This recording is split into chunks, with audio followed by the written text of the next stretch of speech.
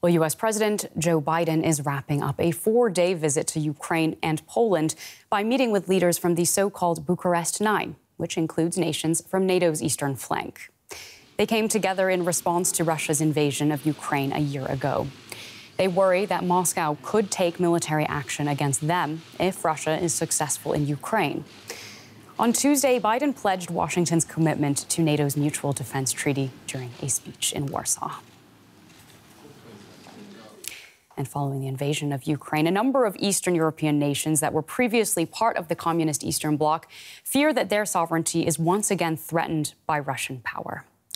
NATO has ramped up security on its eastern flank to help reassure those countries. The alliance has deployed extra troops to the Baltic states of Estonia, Latvia and Lithuania, as well as Poland. Slovakia, Romania and non-NATO member state Moldova are also nervous about Moscow's intentions. Increasing defense spending, ramping up ammunition production, putting hundreds of thousands of troops on high alert.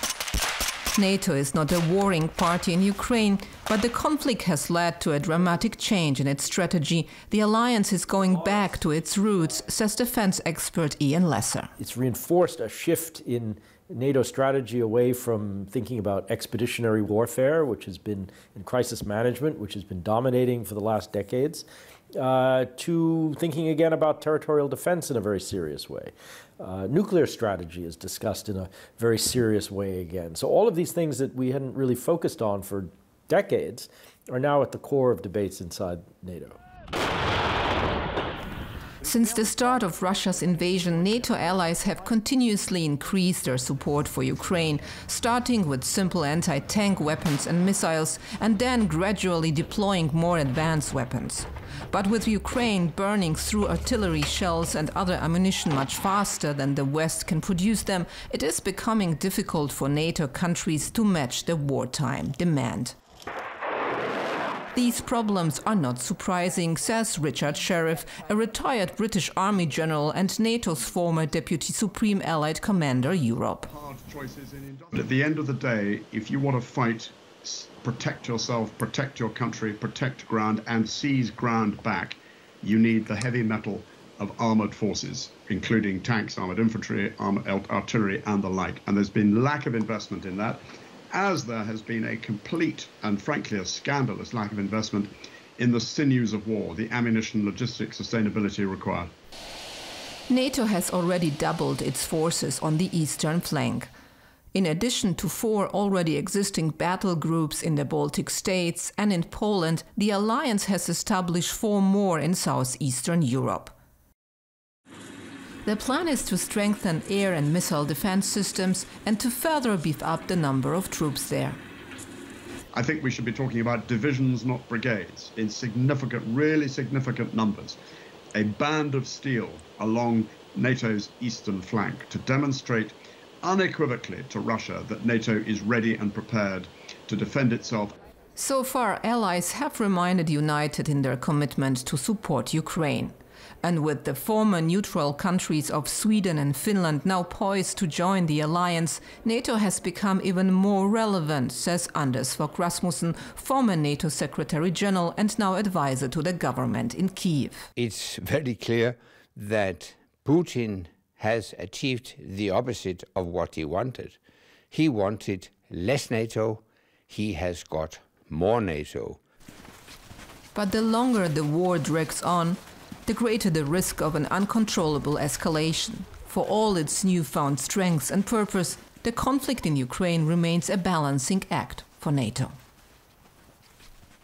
And I'd like to bring in Radek Sikorski. He was Poland's defense and then foreign minister, now a member of the European Parliament. A warm welcome to you, sir. Thank you for taking the time to speak with us today. In our report just there, we heard a general call for, and I'm quoting, a band of steel along NATO's eastern flank.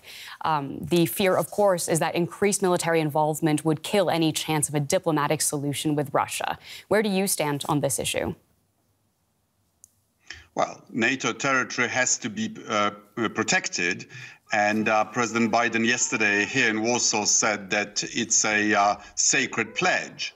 I don't think Putin is capable of attacking NATO right now. He's lost half of his army. and he is going to use the other half to try to deliver a punch to Ukraine, which I don't think will succeed.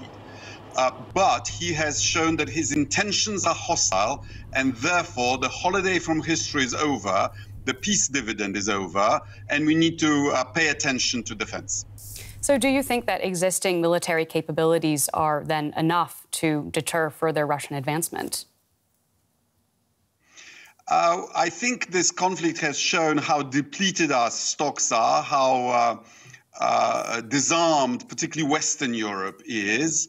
We need to restart those production lines, we need to restock our supplies, and we need to spend more on defense.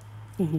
Now, Biden is meeting today with the Bucharest Nine, the easternmost countries in the NATO alliance, of which Poland is also a part. What do you think his visit will mean for the eastern NATO countries?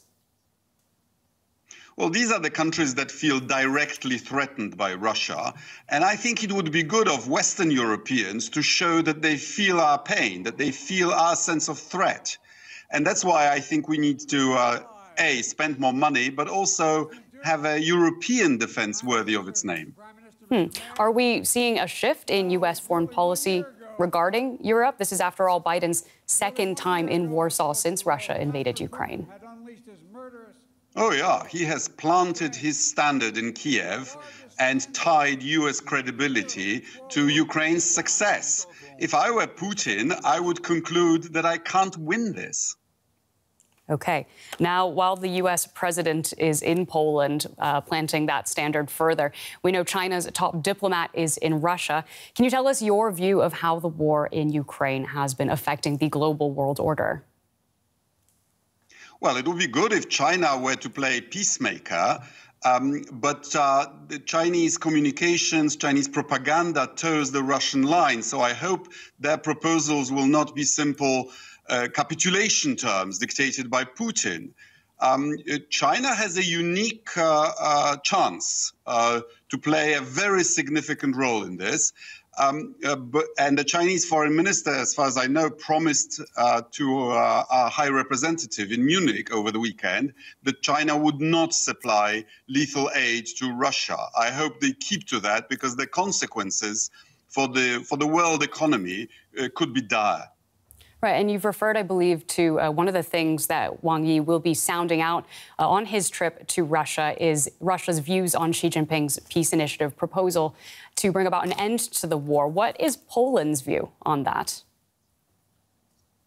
Oh, I can't tell you what Poland's view is, but I can tell you what my own is. And my own is that for this war to really end, the Russians have to conclude that it was a mistake, that the idea of rebuilding the Russian empire was wrong, that is beyond Russia's capability, and that therefore they'd better cut their losses and withdraw. And if China could be helpful in that, that could be a very good thing. Yeah, how do you think China would be most helpful to that end? Well, China, I think, is torn in different directions, because on the one hand, it must be seeing that recovering a so-called renegade province is harder than you think.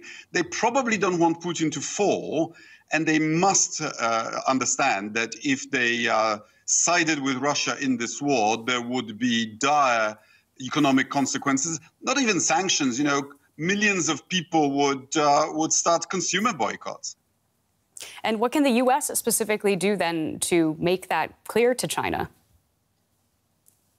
Well, just like before the invasion, when the U.S., by strategically using its intelligence information, deprived Putin of a casus belli and showed him that they knew what was coming, so this time the U.S. is also forewarning China. We know what you're considering.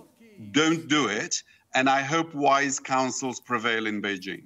Okay, so I also have to ask you, Poland does appear to be establishing itself as a crucial partner for the U.S., but the EU has withheld billions of euros in funding in response to alleged democratic backsliding in Poland. Do you think we should be concerned about getting behind this enormous military spending push for a partner with that kind of track record?